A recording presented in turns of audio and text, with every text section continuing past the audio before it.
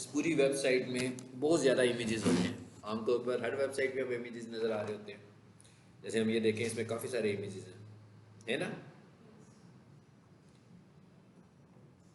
हर website में हमें बहुत सारे इमेजेस नज़र आते हैं। तो अब इमेजेस की एसईओ क्या होती है ये हमने समझना है, लेकिन उससे पहले हमें क्या समझना है, इमेज के टैग को। पहले हम इमेज के टैग को समझने लगे हैं। इसको तो मैं छोटा कर दूं जूम इसका।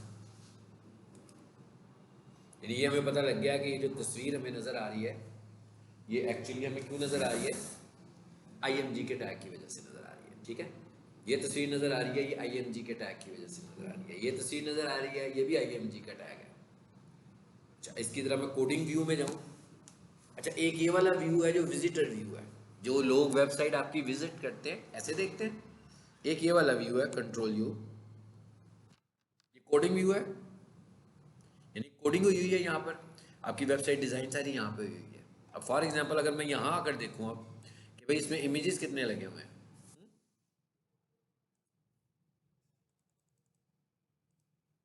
कंट्रोल एफ ये फाइंड की शॉर्टकट की है। कोडिंग में कैसे आया था, मैं कंट्रोल यू करके, और फाइंड में कैसे आया, कंट्रोल एफ करके। तो यहाँ आकर देखिएगा मैं लिखता हूँ IMG, लिख दिया। देखिए क्या कह रहा है, 17 इमेजेस है। पता लग गया ना मुझे यहीं से, कहता है इसमें टोटल 17 इमेजेस है। देखते जाइएगा जरा, देखे जा रहे हैं ना इमेज में। बेसिकली वो जो इमेज आप देख रहे हो उसकी कोडिंग यहाँ पे हुई हुई है। हमें एसईओ में बहुत ज़्यादा काम करना है इमेजेस के ऊपर, यानी इमेजेस की एसईओ बहुत ज़्यादा है। इमेजेस की वजह से आपकी वेबसाइट ने बहुत सारा रैंक होना है, और इमेजेस जो आपको नज़र आ रहे हैं उसके ऊपर हमें एसईओ के पॉइंट ऑफ व्यू से बहुत सारा काम करना है। नो डाउट हमने खुद कुछ नहीं करना, मतलब हमने कोई इमेज डिज़ाइन नहीं करना। आपने देखा ना, अब ये वेबसाइट फॉर एग्जाम्पल मेरे पास आ गई है, सो मैंने ये देखना है कि क्या इसकी इमेज एसईओ हुई हुई है कि नहीं हुई। उसके लिए मुझे सबसे पहले अंडरस्टैंड करना है टैग। अब आप देख रहे हो टैग नज़र आ गया ना मुझे आईएमजी का। इसके अंदर कुछ चीज़ें नज़र आ रही हैं जो मेरे काम की चीज़ें हैं ना। एक तो आईएमजी है, एक है एसआरसी, और एक है आर्ट। इनको मैं अभी एक्सप्लेन करने लगा हूँ, ये अभी आपको सिर्फ मैंने समझाने के लिए दिखाया है। अब हम जरा इसको समझते हैं। समझने के लिए हम क्या करते हैं, समझने के लिए आपको पता है ना कि मैं खुद से एक टैग लिख देता होता हूँ ताकि आपको समझ में आए पहले है क्या। फिलहाल मैं सिर्फ इसको HTML करता हूँ और एंड HTML करता हूँ, और इस वक्त सिर्फ वही चीज़ देखते हैं जिसको हम फोकस करके देखना चाह रहे हैं, और वो क्या है, IMG। जरूरी नहीं है हेड लिखे, जरूरत होगी तो लिखेंगे, ठीक है, जितने की जरूरत है उतना भी लिख सकते हैं। IMG इसका मतलब क्या हुआ कि मैं इमेज लगाने लगा हूँ। अच्छा, उसके बाद SRC, अगर आपने कोई तस्वीर का रेफरेंस देना होगा कि भाई कौन सी तस्वीर होगी, तो उसके लिए हमारे पास जो टैग इस्तेमाल होगा, एट्रीब्यूट इस्तेमाल होगा, वो होगा SRC। यानी IMG का तो मतलब है ना इमेज लगाओ, SRC का मतलब है कि इमेज कहाँ है भाई, कौन से वाला। ठीक है, फिर मैं यहाँ आया, इक्वल्स टू लिखा, और यहाँ आकर मैंने लिख दिया इमेज का नाम। अभी मैं लिख देता हूँ, वहाँ जाकर चेंज भी कर दूंगा, बेस्ट कंप्यूटर कॉलेज। फाइल का नाम रखने की साइंस मैंने आपको पहले भी बताई है ना, कि भाई फाइल का नाम कैसे रखना है, आपने स्पेसिस के साथ नहीं रखना, बल्कि बीच में हाइफन यूज करने हैं। और आपने ये इमेज एसईओ है, मैं कह ये वाला फैक्टर इमेज एसईओ है। दूसरा इमेज एसईओ फैक्टर क्या है, आप भी सुने, हाँ। दूसरा इमेज इमेज एसईओ फैक्टर क्या है, कि आपका जो नाम है वो कीवर्ड पे होना चाहिए। यानी आपके जो कीवर्ड्स हैं, आपने अपने जो इमेजेस हैं, लाजमी बात है ना कि हमारे जो इमेजेस हैं वो हमारे कीवर्ड को रिप्रेजेंट कर रहे हैं, तभी रैंक करेंगे ना। तो जो आपकी इमेज का कीवर्ड है, आपने अपने उस इमेज का नाम वही वाला रखना है। यानी बेसिकली मैं अपने इमेज के ऊपर अपनी जो प्रोडक्ट या मैं अपनी जो सर्विस दिखा रहा हूं, तो मुझे उसी को रैंक करवाना है। यानी इसका मतलब क्या हुआ कि इमेज लग गया। अभी मैं बताता हूँ ये फाइल कहाँ है, अभी तक मैंने फाइल नहीं बनाई है, हाँ। अच्छा, उसके बाद इसका जो अगला इंपॉर्टेंट एट्रीब्यूट है वो है ऑल्ट। अब इसको हमने समझना है। Alt stands for alternate. इसका मतलब क्या हुआ कि भाई इमेज का अल्टरनेट क्या है। अब इमेज का अल्टरनेट किसको चाहिए, पहले तो हमें ये समझना है ना, भाई इमेज की जगह पर अल्टरनेट चाहिए किसको। हम अपनी वेबसाइट को रैंक करा रहे हैं। आपकी वेबसाइट ने रैंक इमेजेस की वजह से नहीं होना, जो कि हमेशा एक गलत फहमी हो कि भाई खूबसूरत इमेजेस लगे होंगे क्वालिटी इमेजेस लगे होंगे, बहुत ही ज़्यादा अच्छी रेजोल्यूशन वाले अच्छे कैमरे से खींची हुई तस्वीरें होंगी, तो वो जल्दी रैंक कर जाएंगी। नो, इमेज को रैंक करने के भी उसके अपने स्टैंडर्ड्स हैं गूगल के। वो क्या स्टैंडर्ड्स हैं? इमेज को रैंक करने का स्टैंडर्ड ये है कि भाई गूगल को तो इस चीज़ से कुछ लेना देना ही नहीं है। देखिए, गूगल को इससे कुछ लेना देना नहीं है। आपकी वेबसाइट को रैंक करने के लिए पहले ये समझ लें कि गूगल इसे नहीं देख रहा, विजिटर इसे देख रहे हैं ना। जो बंदा भी आपकी वेबसाइट पर आता है इस पेज को ही देखता है। मगर गूगल ने जब आपकी वेबसाइट को रैंक करना है तो उसने इसे नहीं देखना, उसे किसको देखना है? उसने इस पार्ट को देखना है। ये कौन सा पार्ट है? कोडिंग। उसने कोडिंग पढ़ के आपकी वेबसाइट को रैंक करना है। अब अगर कोडिंग में आपने वो स्टैंडर्ड अप्लाई किए होंगे जो गूगल के स्टैंडर्ड हैं, तो ही रैंक करेंगे। इसका मतलब क्या हुआ कि अगर ये तस्वीर रैंक हो रही है, सपोज कर लेते हैं ना, फॉर एग्जाम्पल करते हैं, मिसाल के तौर पर मैं कहता हूँ ये तस्वीर रैंक हो रही है, तो इसका मतलब क्या होगा? ये तस्वीर क्यों रैंक हो रही है? बेसिकली इसलिए नहीं हो रही कि तस्वीर बड़ी अच्छी है, बल्कि ये तस्वीर इसलिए रैंक हो रही है कि हमने गूगल को बताया कि ये तस्वीर किसके मुतालिक है। हम गूगल को ये बताएंगे तो होगा। ये कैसे बताएंगे? ये बताने के लिए हम क्या यूज कर रहे हैं? Alt attribute. ये बताने के लिए हम क्या यूज कर रहे हैं? Optimised file name. यानी एक क्या यूज कर रहे हैं? Alt attribute. इसका मतलब क्या हुआ कि आल्ट में मुझे क्या लिखना चाहिए? शाबाश, कीवर्ड। कीवर्ड क्या था मेरा? जो मैंने फाइल नेम में यूज किया।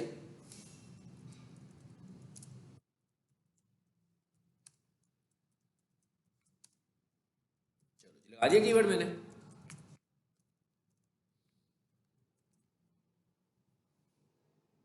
ठीक है, ये कितना बड़ा हो सकता है? इसका मतलब ये भी अब देखना है ना कि भाई इसमें कितना, मिसाल के तौर पर जैसे अभी मैंने एक कीवर्ड लिख दिया, तो इसकी लेंथ कितनी है मैक्सिमम? गूगल क्या अलाउ करता है कि भाई कितना बड़ा ये स्पेस है? गूगल कहता है भाई ये है 120 से लेकर 140 कैरेक्टर्स। कहता है 120 से लेकर 140 कैरेक्टर तक आप इसको लिख सकते हो। तो फॉर एग्जांपल मैं कहता हूँ भाई एक तो ये लगा दिया मैंने, फिर एक हाइफन लगाया, और फिर आगे मैंने लिख दिया डिजिटल मार्केटिंग, मुझे कैलकुलेट कर लेना कैरेक्टर्स को। तो मैंने क्या किया? दो कीवर्ड्स को मेंशन कर दिया कि भाई ये पहला कीवर्ड है, ये दूसरा कीवर्ड है। पहले का मतलब है कि ये प्राइमरी कीवर्ड है। अब होगा क्या कि बहुत सारी तस्वीरें हैं, हर तस्वीर के आपने ऑल्ट एट्रीब्यूट्स लगाए हुए हैं। अभी मैंने वेबसाइट खोली थी ना, कंट्रोल एफ करें, देखते जाते हैं जरा इनके ऑल्ट एट्रीब्यूट्स। इसका ऑल्ट देखो, क्या ऑल्ट है? सही ऑल्ट नहीं है ना? अच्छा आगे चलते जाते हैं जरा। इसका सही ऑल्ट लगा हुआ है। क्या लगा हुआ है? यानी इसका मतलब पता लग रहा है ना कीवर्ड है कोई। बैक करें जरा, इसका कौन सा ऑल्ट लगा हुआ है? सिर्फ इमेजेस। ये तो कोई कीवर्ड नहीं हो सकता। मैं क्या करूंगा? अब मैं ये देखूंगा ये तस्वीर कौन सी है, ये तस्वीर इस पूरी वेबसाइट के कौन से कीवर्ड को रिप्रेजेंट कर रही है। सो मैं इसके आर्ट में आकर वो वाला कीवर्ड मेंशन कर दूंगा। फिर फायदा क्या होगा इसका? वो रैंक करना शुरू हो जाएगी। अब एक और गड़बड़ देखें, वो क्या है? दूसरी गड़बड़ क्या है भाई? ये इसका क्या मतलब? पोस्ट 8768, बड़े ये तो कुछ भी नहीं है ना, ये तो कुछ भी नहीं है। मतलब आपको लग रहा है कि ये कोई नाम जो है क्या ये रिप्रेजेंट कर रहा है?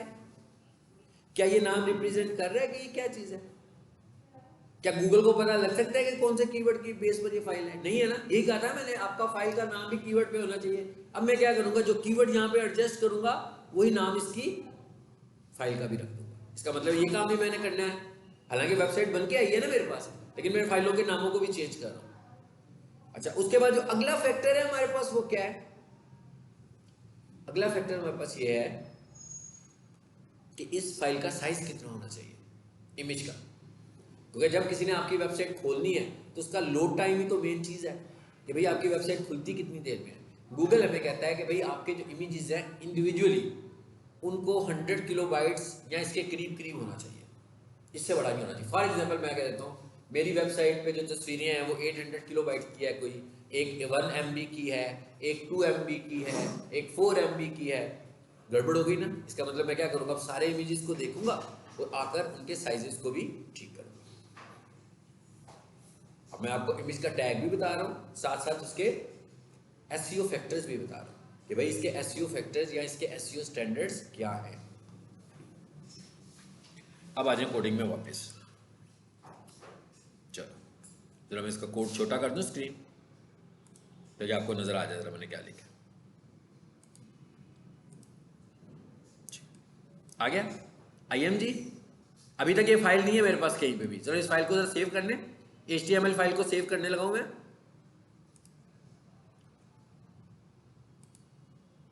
यहां से ऑल फाइल्स, पता है ना, ये बताया ना मैंने आप लोगों को कहां पे सेव करना है। आप ही की फोल्डर में जाके सेव कर लेता हूं।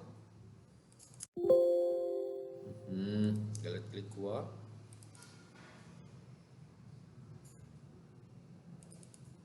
ये इसमें आ जाते हैं। इसमें एक फाइल पड़ी है फेविकॉन के नाम से।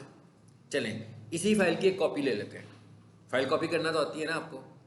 राइट क्लिक करता हूं मैं पहले। ये देखें मैं सब कुछ यहीं पे कर रहा हूँ, यानी कि मैं पहले माई कंप्यूटर में चला जाऊँ, यहीं भी सब कुछ करने लगा हूँ। राइट क्लिक किया, कॉपी किया, फिर खाली जगह पे क्लिक किया, राइट क्लिक किया, पेस्ट किया, आगे फाइल कॉपी हो गई। नाम क्या रखा था वहां पे फाइल का पहला? हाँ हाँ बिल्कुल, क्या लिखा था? बेस्ट। चलो यहां पर F2 किया, रीनेम बेस्ट कंप्यूटर कॉलेज। बस इतना ही लिखा था कि लाहौर भी लिखा था? इसमें नहीं लिखा था ना, ओके। और इसकी एक्सटेंशन क्या लगाई थी हमने? PNG। तो ऑलरेडी PNG आ गए, लिखने की तो जरूरत नहीं ना। चलो वो फाइल का मसला हल हो गया। मैं कहा फाइल भी बन गई हमारे पास इमेज की, यहीं से ही। अब हम इस फाइल का नाम रख लेते हैं IMG dash practice dot HTML। ठीक है, सेव करें और इसको एग्जीक्यूट करके देखें।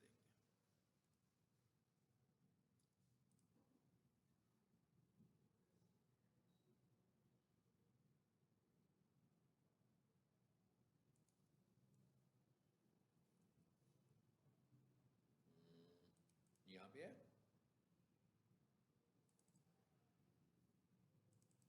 कौन सी फाइल है जी? ये वाली है, इसे खोलो। इमेज आई ना, यही वाली इमेज ऊपर भी आ रही थी ना पिछली क्लास में एज ए फेविकॉन। तो देख रहे थे कितना छोटा साइज था इसका। अब क्योंकि इसके साथ हमने वो वाला टैग जो यूज नहीं किया, तो ये इमेज का एक्चुअल साइज हमारे पास आ गया। ठीक है, लेकिन अगर हम देखें तो इसका आर्ट नजर नहीं आ रहा, नहीं आ रहा ना, क्योंकि ये आर्ट आप दिखा किसको रहे हो? ये तो आप गूगल सर्च इंजन के क्राउलर को दिखा रहे थे, एक क्राउलर को दिखा रहे थे ना हम अल्टरनेट। इसका मतलब है कि क्राउलर तक मेरा आर्ट का मैसेज चला गया। अगर आपने चेक करना है कंट्रोल U करके देखे जरा, आर्ट का मैसेज है ना इसमें, चला गया ना मैसेज हमारा आर्ट का। ओके, अब ये जो आर्ट का मैसेज है एक्चुअली ये है किसके लिए? मैंने कहा था ये दो लोगों के लिए। एक क्या है? Search engine. मैं सर्च इंजन को भी लोग ही कह रहा हूं मैं। एक सर्च इंजन के लिए, एक विजिटर्स के लिए। विजिटर का मतलब है जो भी बंदा आपकी वेबसाइट पर आता है, एक मिनट उसके लिए भी है। मगर उसके लिए ये है क्या? अल्टरनेट है ना ये। किसका? इमेज का। इसका मतलब क्या हुआ कि उसका मैसेज कब नजर आएगा? उसको मैसेज तब नजर आएगा जब इमेज नहीं आएगा। इमेज कब नहीं आएगा? अगर हम एज ए विजिटर के पॉइंट ऑफ व्यू से बात करें तो इमेज कब नहीं आएगा? इमेज सिर्फ उस वक्त नहीं आएगा जब आपका इंटरनेट ठीक नहीं चल रहा होगा, एक वजह हो सकती है। यहाँ इमेज का जो रेफरेंस है वो गलत होगा, सर्वर पर कोई इशू होगा, यही वजह है ना। तो कहते हैं जब इमेज नजर नहीं आएगा तब आर्ट नजर आएगा, वैसे आर्ट नजर नहीं आएगा। अब विजिटर को आर्ट नजर आए या ना नजर आए, दोनों में उसको फायदा नहीं है। मैं कहा उसका कोई भला तो नहीं होने वाला ना, वो तो यही देखना चाह रहा था ना। अगर फॉर एग्जाम्पल इसकी जगह पर अल्टरनेट मैसेज आ भी जाता है तो उसका कोई भला तो नहीं हो रहा इसमें। ठीक है, सो इसका मतलब क्या हुआ कि इसका जो दूसरा ऑब्जेक्टिव है वो ज्यादा स्ट्रॉन्ग है। वो कौन सा? SEO वाला। सो एक्चुअली हम ये किसके लिए इस्तेमाल कर रहे हैं? क्राउलर के लिए इस्तेमाल कर रहे हैं कि क्राउलर को हर इमेज के लिए हम अपना अल्टरनेट मैसेज दे दें। हर इमेज के लिए हम क्राउलर को अपना अल्टरनेट मैसेज दे दें। जरा इसकी एक एग्जांपल कर लेते हैं कि भाई अगर इमेज नजर ना आए तो कैसा आता है। सो इमेज कब नजर नहीं आएगा? जब मैंने कहा था कि इंटरनेट नहीं चल रहा होगा। ये तो उस सूरत में है ना जब वेबसाइट लाइव होगी। भाई वेबसाइट तो लाइव ही नहीं है, तो ऑफलाइन प्रैक्टिस कर रहा हूं मैं। तो इसकी प्रैक्टिस करने के लिए हम ये कहते हैं कि भाई एक वजह ये भी तो हो सकती है, क्या? ये नाम गलत लिखा गया, वहां पर कोई और नाम है, जहां पर सेव हुआ हुआ है यहाँ पर कोई और नाम है। तो इसका मतलब है अब तो चलेगी नहीं फाइल। देखिएगा मैं इसको सेव करके चलाऊंगा, अब नहीं चलेगी।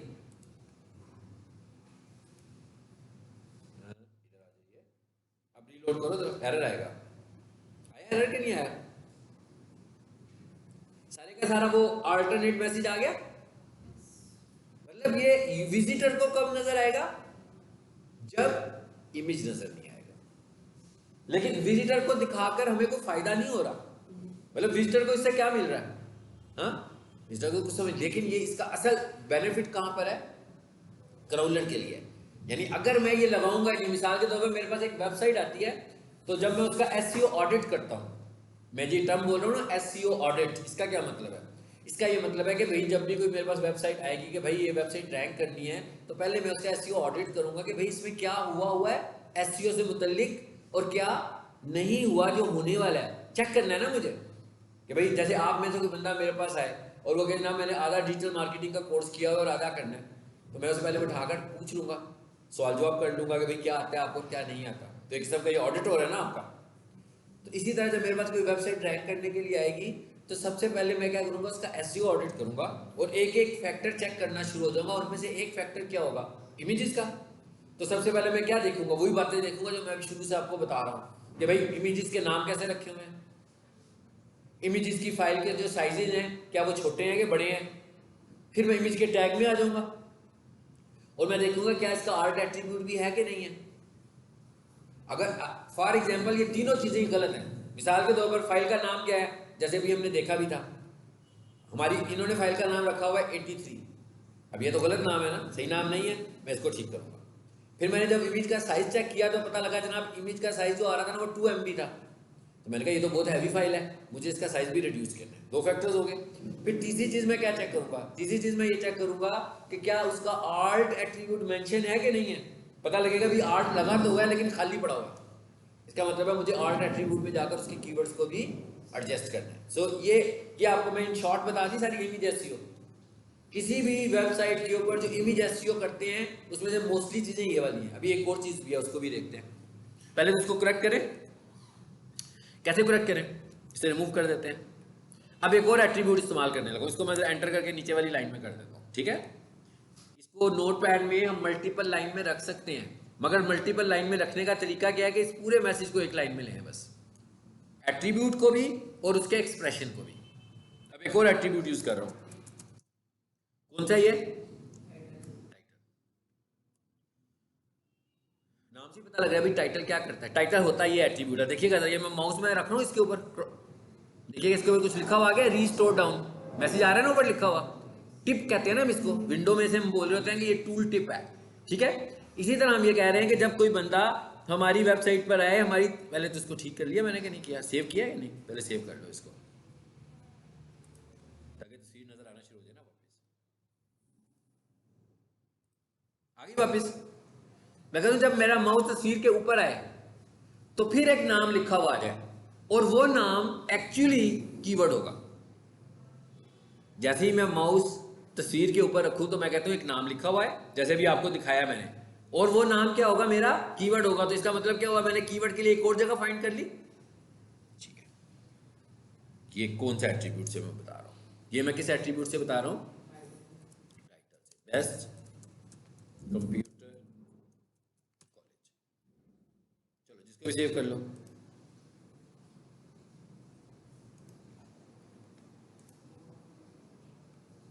आ गया।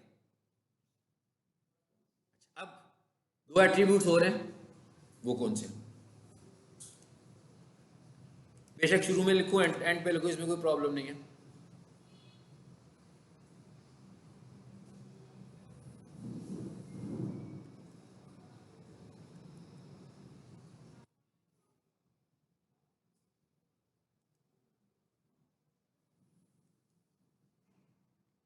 नीचे वाली लाइन में ले आओ,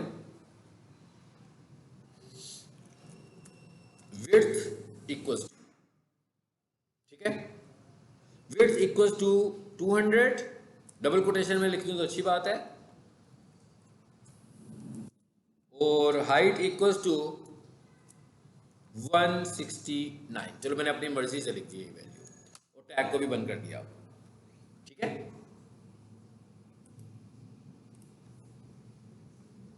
अब इसको रीलोड करो, छोटा हो गया इमेज। अब दिखने को तो ऐसे लग रहा है जैसे मैंने इमेज छोटा किया है, ये भी एसईओ का बहुत स्ट्रॉन्ग फैक्टर है। क्यों, कैसे फैक्टर है स्ट्रॉन्ग?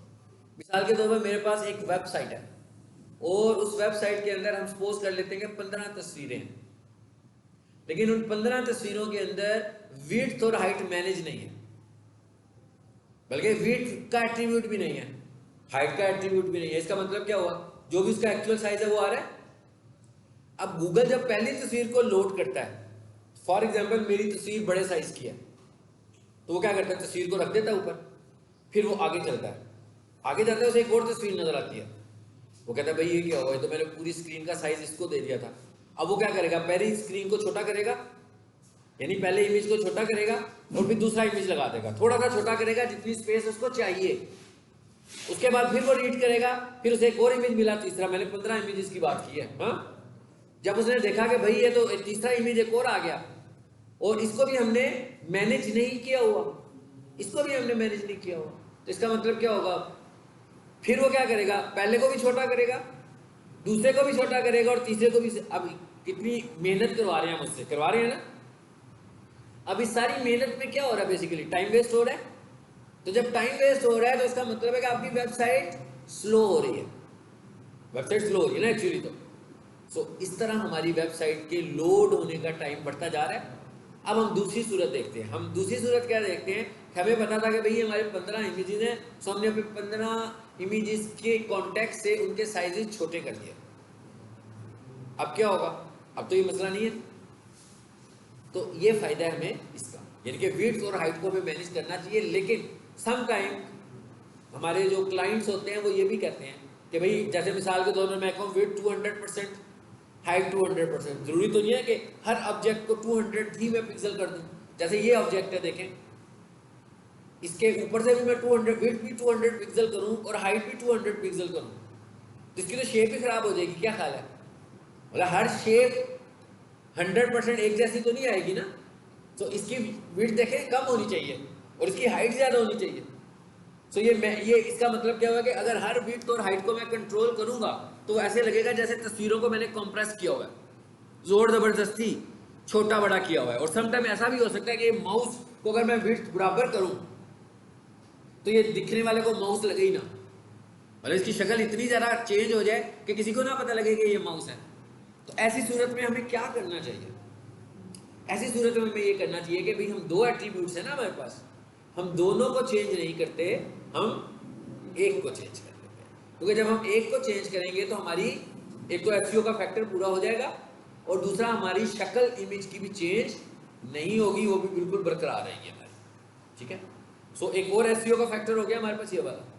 ठीक है, ये इमेज का टैग तो हो गया पूरा हमारा। समझ में आ गया सबको, समझ में आ गया ना सबको। अब अगर फॉर एग्जांपल मैं इधर आऊँ थोड़ी देर के लिए, मैं देखूँ और ये इमेज आ रहे हैं, क्लिक करें जरा इस पर।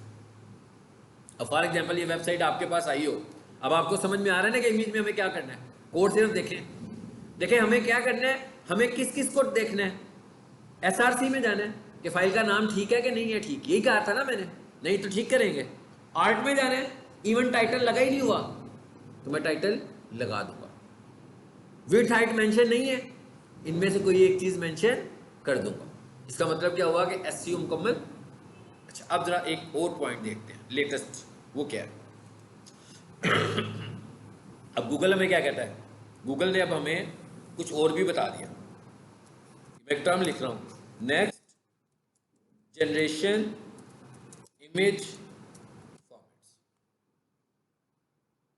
नेक्स्ट जनरेशन इमेज फॉर्मेट क्या है, ये बिल्कुल एक लेटेस्ट इमेज फॉर्मेट है जिसको हम बोलते हैं next generation image format. Even ये अगर हम फोटोशॉप यूज़ कर रहे हैं, इलिस्ट्रेटर यूज़ कर रहे हैं, कोरल ड्रा यूज़ कर रहे हैं, वहाँ पर भी हम इंपोर्ट एक्सपोर्ट में या सेव एज में जाएंगे तो ये वहाँ भी नज़र नहीं आएगा।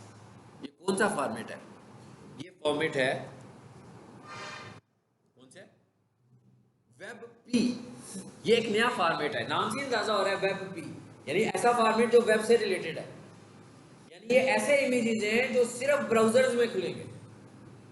यानी अभी आपको पता है ना, मैं इमेज हो तो मैं एक्सेल में भी खोल लेता हूँ, इमेज हो तो मैं माइक्रोसॉफ्ट वर्ड में भी खोल लेता हूँ, हर एप्लीकेशन में खुल जाता है ना इमेज हमारे पास। लेकिन ये वाला जो इमेज है, ये खास इमेज है, ये कहाँ खुलेगा, सिर्फ सिर्फ ब्राउजर में। ब्राउजर का मतलब क्या हुआ, गूगल क्रोम में चलेगा, फायरफॉक्स में चलेगा, मतलब जितने भी हैं, माइक्रोसॉफ्ट एज में चलेगा, जितने भी इंटरनेट ब्राउजर्स हैं उन पर तो ये चलेगा, दूसरे एप्लीकेशन पे नहीं चलना इसमें।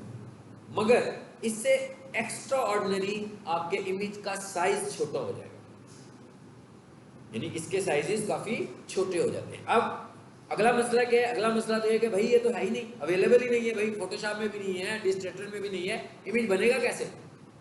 इमेज भी तो बनाना है ना। अब मेरे पास एक वेबसाइट आई है, अभी आप देख रहे हो ना कि यहाँ मैं पीएनजी कह रहा हूँ, वहां पर तो जेपीजी नजर आ रहे हैं। तो अब हम क्या कहने लगे, हम कह रहे हैं कि भाई अब हमें एक टास्क और भी करना है, और वो क्या करना है, अपने इमेजेस को कन्वर्ट करना है पीएनजी से वेब पी में। कैसे? एप्लीकेशन तो कोई है नहीं, मतलब मैं कह रहा हूँ फोटोशॉप का लेटेस्ट से लेटेस्ट वर्जन भी ले लोगे तो वेब पी नहीं दिखाएगा, इलस्ट्रेटर भी नहीं दिखाएगा, ठीक है?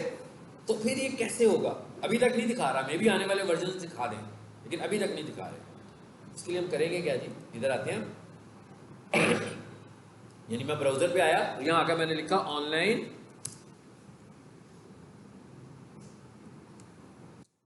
PNG to web P converter लिख दिया मैंने। अगर भाई मुझे ऑनलाइन ये टूल मिल जाएगा, मैंने लिखा online PNG to web convert. देखिए मिसाल के तौर पे मेरे पास एक वेबसाइट आई है जिसकी मैं एसईओ कर रहा हूँ, और वो सारी की सारी वेबसाइट में जो इमेजेस पड़े हुए हैं वो सारे पीएनजी हैं। मैं क्या कह रहा था, मुझे वेब पी बनाने हैं, तो अब मैं क्या कहूँगा PNG to web P converter. अगर फॉर एग्जांपल मेरे पास जो वेबसाइट आई है उसमें कुछ इमेजेस जेपीजी हैं और कुछ वेब पी हैं, और सॉरी पीएनजी हैं, इसका मतलब क्या होगा कि जब मैंने उन्हें कन्वर्ट करना होगा तो फिर मुझे जो कन्वर्टर चाहिए होगा वो क्या होगा, online JPG to web P converter, यानी जो भी फॉर्मेट होगा उसको कन्वर्ट करना है आपने, ठीक है? सो मैंने लिखा PNG to web P converter. आगे ये वाला भी है, ये मैं इसको यूज करता हूँ वैसे, जरा इस पर क्लिक करें, आ गया। इस पर कन्वर्ट, सॉरी फाइल चूज कर लें। इसकी एक एग्जांपल कर लेते हैं भाई, मेरे पास यहाँ पर कुछ फाइल्स पड़ी होंगी,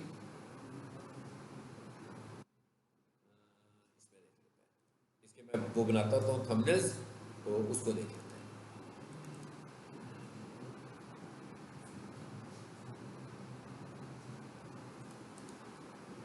बहुत सारे इमेजेस हैं, है ना? मैं इनमें से कोई भी एक पिक कर लेता हूँ। 580 किलोबाइट्स लिखा हुआ है ना, 574, 664, माउस ऊपर रखने से साइज आ रहा है ना, ऊपर नीचे लिखा हुआ किलोबाइट्स में। ये ले लेते हैं, ये तकरीबन 800 किलोबाइट्स है, इसको चूज किया हमने, चूज होगी फाइल। भाई कोई एप्लीकेशन यूज नहीं कर रहा हूं, ऑनलाइन कर रहे हैं हम, हाँ इंटरनेट से हो रहा है, इंस्टॉलेशन कुछ नहीं की। ये क्या लिखा हुआ है, कन्वर्ट टू वेब पी, और मैंने क्या कहा इसने खुलना कहाँ है, ब्राउजर पर। तो भैया आपकी वेबसाइट ने कहाँ खुलना है, ब्राउजर पर। तो बनाइए हम ब्राउजर का इमेज लें, मतलब हम माइक्रोसॉफ्ट वर्ड का इमेज बना ही नहीं रहे हैं।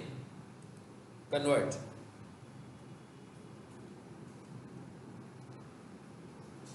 जी देखिए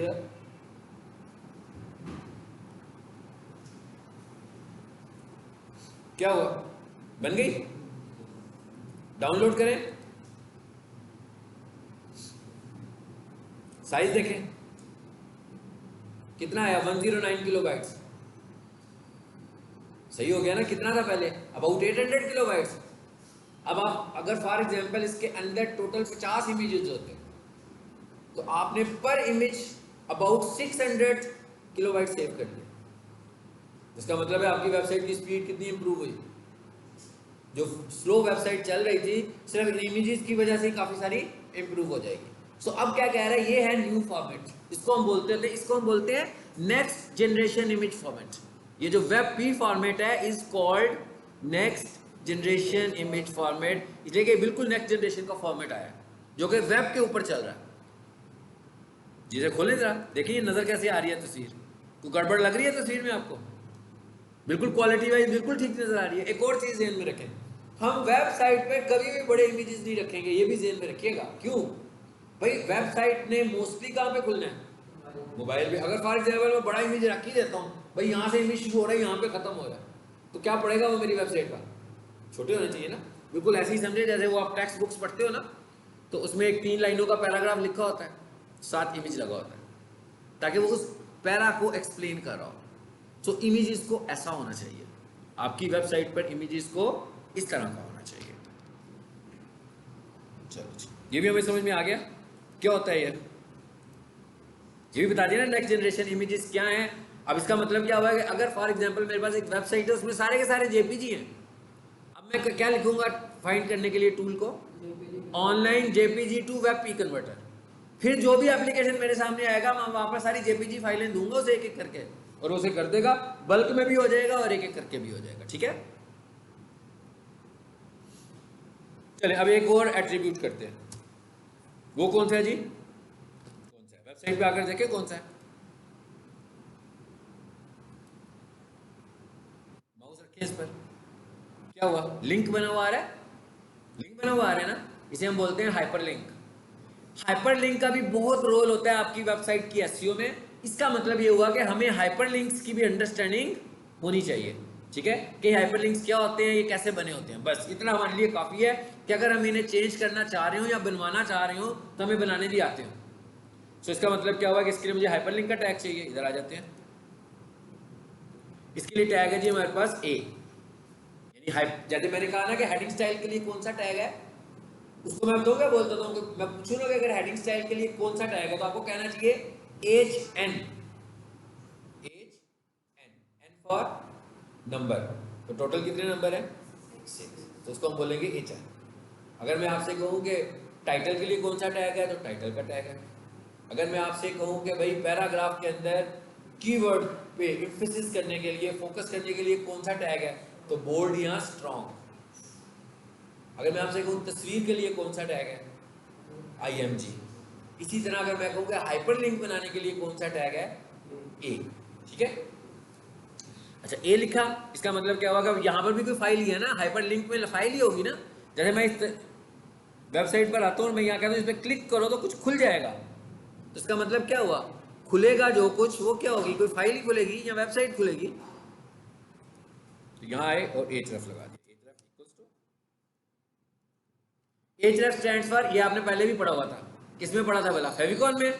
लिंक के अंदर भी href था ना, फाइल का लिंक बताने के लिए, वो इमेज का लिंक था।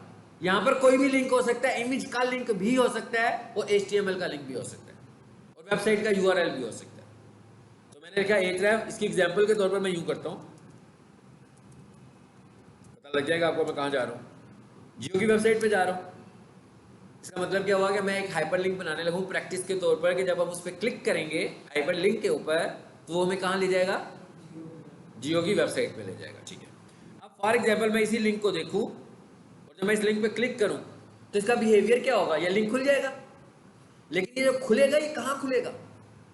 इंपॉर्टेंट बात तो ये है ना कि ये लिंक कहां खुलेगा। क्या ये लिंक इसी पेज पे खुलेगा कि क्या ये लिंक नए पेज पे खुलेगा? क्लिक करके देख लेते हैं क्या हुआ, ये वहीं पर ही रहा भाई, इसकी सेहत पे कोई असर नहीं पड़ा। हाँ ओके, इसको इस एक और लिंक को क्लिक करते हैं, ये भी एक लिंक किया ना, कि ये लिंक नहीं है, ये लिंक है कि मेन्यू है, ये मेन्यू के अंदर लिंक है। ओके, सो मैंने इस पर क्लिक किया, क्या हुआ, उसी जगह पे खुला। ठीक है, अब एक काम करें ना, जियो की वेबसाइट पे अब देखते हैं क्या होता है।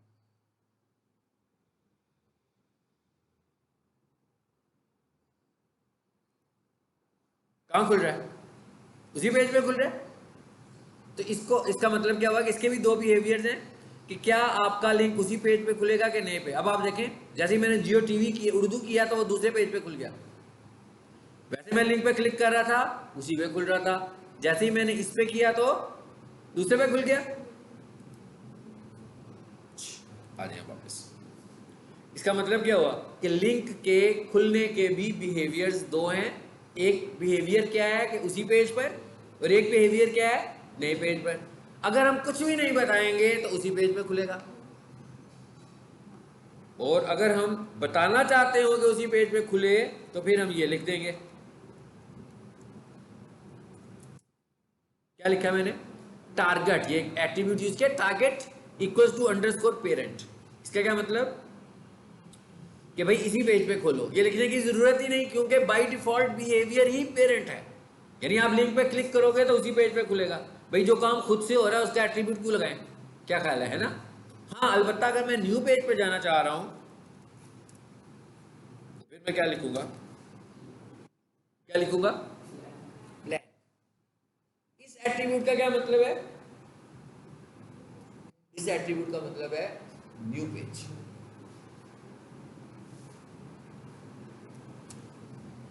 बंद कर दिया जी टैब। इसके अंदर भी है क्या? ये वाइट टैग एक ऐसा एट्रीब्यूट है जो दो टैग्स में काम करता है। हालांकि हर टैग के अपने अपने एट्रीब्यूट्स होते हैं, लेकिन ये इस एट्रीब्यूट का बिहेवियर जैसा IMG में था वैसा ही इसका बिहेवियर यहाँ पर भी है। यानी ये क्या कर रहा है यहाँ पर? मिसाल के तौर पर मेरा कीवर्ड था बेस्ट न्यूज़ चैनल, ऐसे ही है ना, जो एग्जाम्पल मैंने दिया उसके मुताबिक। अब सब कुछ हो गया, हाइपरलिंक बन तो गया, लेकिन हाइपरलिंक को एक्सेस करने के लिए भी तो कोई चीज़ चाहिए ना। मतलब जितने भी लिंक्स होते हैं, आप सबको पता है ना, जितने भी लिंक्स आपको नजर आते हैं कैसे आ रहे होते हैं? आपको जो भी लिंक्स नजर आ रहे होते हैं आप लिंक को क्लिक करते हो कि नहीं करते हो? करते हैं ना। तो इसका मतलब है कोई चीज़ क्लिकेबल हो। जैसे अभी मैं गैलरी में गया हूँ तो गैलरी लिखा हुआ आ रहा था ना, तो ही क्लिक हुआ। यानी हर लिंक का कोई ना कोई क्लिकेबल टेक्स्ट भी होगा। तो अभी तक हमने क्लिकेबल टेक्स्ट तो नहीं लिखा। क्लिकेबल टेक्स्ट हमेशा लिंक के बाहर आएगा, अंदर नहीं आएगा। देखिए मैंने टैग क्लोज कर दिया हुआ है, क्लिकेबल टेक्स्ट अब आने लगा। क्या? जो भी आपकी मर्जी है। ये है, मैं कहता हूं ये क्लिकेबल टेक्स्ट होगा। इसका मतलब क्या हुआ कि जब ये फाइल खुलेगी तो लिखा हुआ क्या नजर आ रहा होगा? जियो टीवी। उस पर क्लिक करेंगे तो इसकी वेबसाइट खुल जाएगी। ये जियो टीवी मतलब ये भी नहीं है, मैं ये भी लिख सकता हूँ। मेरी मर्जी है कि मैं क्या लिखना चाह रहा हूँ।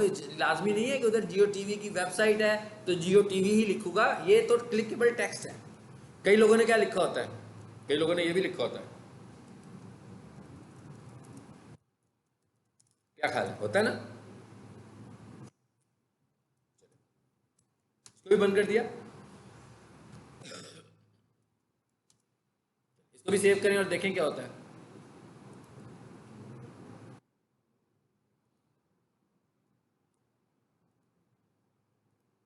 आ गया लिंक, आ गया। अच्छा एक चीज देखें तो उसी लाइन के साथ कंटिन्यूटी में आ गया। ऐसे ही है, इमेज की कंटिन्यूटी में आ गया ना। कोई बात नहीं, इसके लिए एक सिंपल सा एक टैग होता है, उसकी अंडरस्टैंडिंग ले लिया। वो क्या होता है? BR। BR for break. जैसे वर्ड में लेटर लिखते हुए एंटर करते हो ना, तो यहाँ पर एंटर करने के लिए क्या यूज करते हैं? BR। समझ? इसका मतलब क्या हुआ कि एक BR का मतलब एक एंटर, 4 BR का मतलब 4 एंटर, 10 BR का मतलब 10 एंटर। तो काफी सारी स्पेस आ गई नीचे, लेकिन एक BR से सिर्फ एक ही स्पेस आएगी, लाइन, एक लाइन फीड आएगी।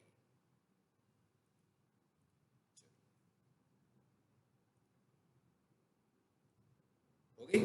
नीचे आ गया ना। मतलब अगर आपको लग रहा है अभी और नीचे, इसका कोई एसईओ से लेना देना नहीं है। हाँ, ये तो सिर्फ मैंने अलाइनमेंट के लिए के लिखने में ठीक लग रहा हो तो आपको ये टैग बता दिया। चले अब हम लोगों ने क्या किया, एसईओ से रिलेटेड सारे टैग्स पढ़ लिए जो मुझे चाहिए थे। हमने वेब डिजाइनिंग नहीं करनी है, ठीक है ना। हम लोगों ने सिर्फ ये समझना है, क्योंकि ये वो टैग्स हैं जिनके साथ एसईओ, जब भी मेरे पास वेबसाइट आएगी ना तो मुझे हमेशा इन टैग्स के साथ प्ले करना है। जब भी आपने किसी वेबसाइट को रैंक करना है तो आपने इन टैग्स को प्ले करना है प्राइमरीली, यानी कि मेन तौर पर आपने इन्हीं टैग्स को प्ले करना है। तो इसका मतलब क्या हुआ कि ये टैग आते होंगे तभी प्ले कर पाएंगे ना, इसलिए हमने इनको पहले सीख लिया। अब नेक्स्ट जो क्लास होगी ना, नेक्स्ट क्लास में मैं आपको डायरेक्ट वेब एडिट करनी सिखाऊंगा। वो कोशिश करेंगे कि एक ही लेक्चर हो, और ताकि उससे अगला जो लेक्चर होगा वो हमारा एसईओ का पहला लेक्चर होगा। अभी आप देखें मैंने अभी तक एसईओ शुरू नहीं किया। अभी तक मैं वो प्लेटफॉर्म बना रहा हूँ जिसमें बैठकर आप एसईओ को समझ सकें। जैसे माइक्रोसॉफ्ट वर्ड इस्तेमाल करना होता है ना, तो पहले विंडो यूज़ करते हैं ना, विंडो चलाते हैं तो वर्ड खुलता है आपका। इसी तरीके से आपने जब किसी वेबसाइट की एसईओ करनी है, मसलन आप एसईओ एक्सपर्ट बन जाते हो और कोई बंदा आपको कहता है कि भाई ये मेरी वेबसाइट है, लो भाई इसकी एसईओ कर दो। आपको कि भाई मुझे वेबसाइट पे तो नहीं काम करना आता, एसईओ करवा लो, ऐसे तो नहीं होगा। आपको वेबसाइट पे काम करना आता होगा तो ही एसईओ कर पाएंगे। अगर आपको वेबसाइट पे काम नहीं करना आता तो आप एसईओ नहीं। हाँ, अगर वो आपको ये कहेगा कि भाई मेरी वेबसाइट बना भी दो और एसईओ भी कर दो, अब आप कहोगे मैं वेब डिज़ाइनर नहीं हूँ। आप यूँ करो, वेबसाइट बनवा लो, रैंक मुझसे के बाद। लेकिन आपको वेबसाइट को एडिट करना अच्छे तरीके से आता है। और अगला जो लेक्चर मैंने देना है ना, वो यही करना है कि जो वेबसाइट है ना हमारे पास, अब डायरेक्टली मैंने ये काम करना है कि इस पूरी वेबसाइट को चेंज करने का तरीका आपको बताऊंगा कैसे करना है आपने। क्योंकि आप लोगों ने क्या करना है, ये वेबसाइट आज मैं आप लोगों को ग्रुप में शेयर भी कर दूंगा कि अब हम जो आगे पढ़ने वाले हैं वो यही है कि आप सब लोग अपनी अपनी वेबसाइट बना लो। क्योंकि जब तक आपके पास वेबसाइट नहीं होगी तो एसईओ की प्रैक्टिस कैसे होगी? मतलब एसईओ की प्रैक्टिस करने के लिए तो वेबसाइट चाहिए ना। मतलब कोई बंदा मुझे अपनी वेबसाइट देता है कि भाई मेरी वेबसाइट की एसईओ कर दो, मैं उसका टाइटल चेंज करता हूँ, मैं उसका फेविकॉन चेंज करता हूँ, मैं उसके हेडिंग स्टाइल को चेक करता हूँ, मैं उसके इमेजेस को चेक करता हूँ, मैं उसके हाइपरलिंक, बोल्ड, स्ट्रॉन्ग, ये सब चीज़ें देखता हूँ। किसकी देखता हूँ? वेबसाइट पर जाकर देखता हूँ। तो अगर फॉर एग्जाम्पल वो मुझे अपनी वेबसाइट नहीं देगा तो मैं तो अप्लाई नहीं कर पाऊंगा ना। तो अगर आपके पास वेबसाइट नहीं होगी तो आप कैसे सीखोगे? ठीक है, तो अब आपके पास वेबसाइट कहाँ से आएगी? आपने खुद बनानी है। इसके लिए आपको 2 दिन 3 दिन थोड़ा सा एक्स्ट्रा टाइम देना पड़ेगा घर में, क्योंकि वेबसाइट बनाने में टाइम ज़्यादा लगेगा आपका। एक बार बनाने का मतलब ये नहीं है कि आप सब कुछ नए सिरे से बना रहे हो। मैं आपको ये 4-5 चीज़ें चेंज करनी सिखाऊंगा तो लेक्चर के अंदर ही सिखा दूंगा। तो इसका मतलब क्या होगा कि कोई ऐसा नहीं है कि बड़ा लंबा चौड़ा काम होगा। हमें करना क्या है, सिर्फ हमें इस तस्वीर को चेंज करना होगा और अपना लोगो लगाना है। मैं डायरेक्ट बताऊंगा ये कैसे करोगे। ये इमेजेस चेंज करने हैं भाई, अगर एक इमेज चेंज करना आ गया तो सारे आ जाएंगे ना। एक हाइपरलिंक समझ में आ गया तो सारे आ जाएंगे। और नीचे आओ,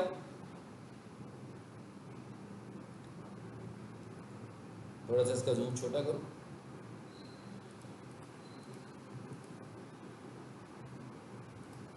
वापस होम के पेज पे आ जाओ जी।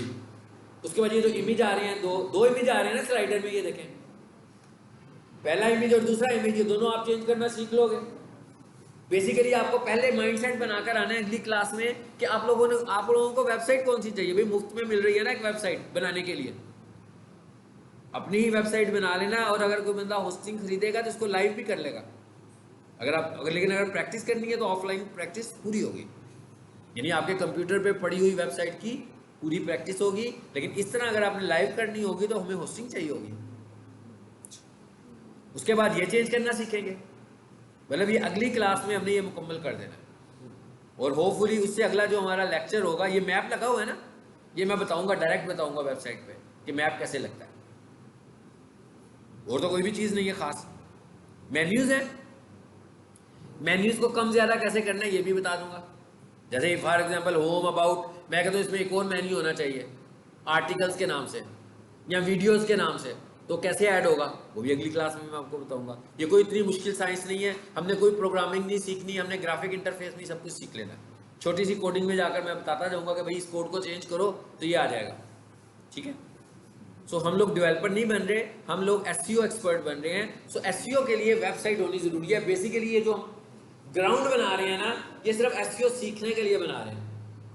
फ्यूचर में आपके पास आपको वेबसाइटें तो नहीं बनानी पड़ेगी, आपके पास बनी हुई वेबसाइट आएगी, आप सिर्फ उसे खोलोगे और जहां से हम एसईओ शुरू करेंगे वो इंप्लीमेंट करना उस पर स्टार्ट कर दोगे। ठीक है, सो अगली लेक्चर में एक तो मैं थोड़ा सा टेस्ट करूंगा, ठीक है, कि हम लोगों ने क्या सीखा।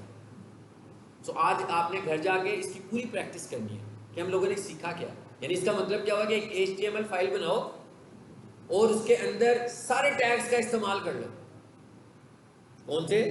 टाइटल, फेविकॉन, 2 ही पढ़े हैं ना ऊपर से, तो मैं क्या ऊपर से 2 पढ़े, ऊपर से 2 पढ़े, नीचे आकर हेडिंग स्टाइल,